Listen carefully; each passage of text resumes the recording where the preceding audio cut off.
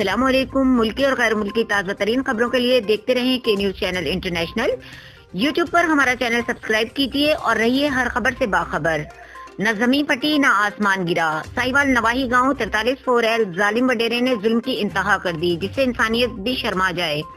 बेटी को छेड़ने से मना करने पर गरीब मजदूर का पुलिस वडेरों के खिलाफ दरखास्त देना महंगा पड़ गया। वडेरों ने किसान को असले की जोर पर उठा लिया और गले में कुत्ते का पट्टा डालकर कुत्ता बनाकर कुत्ते के खाने वाले बर्तन में पानी पिलाते रहे।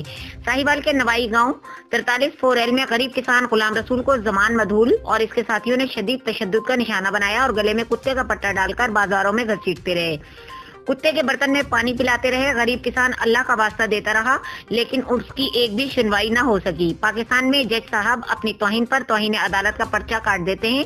क्या वडेरे बासर अफराद ऐसे ही इंसानियत की तजलील करके दंदनाते फिरते रहेंगे? क्या इंसाफ का यही मेयार है?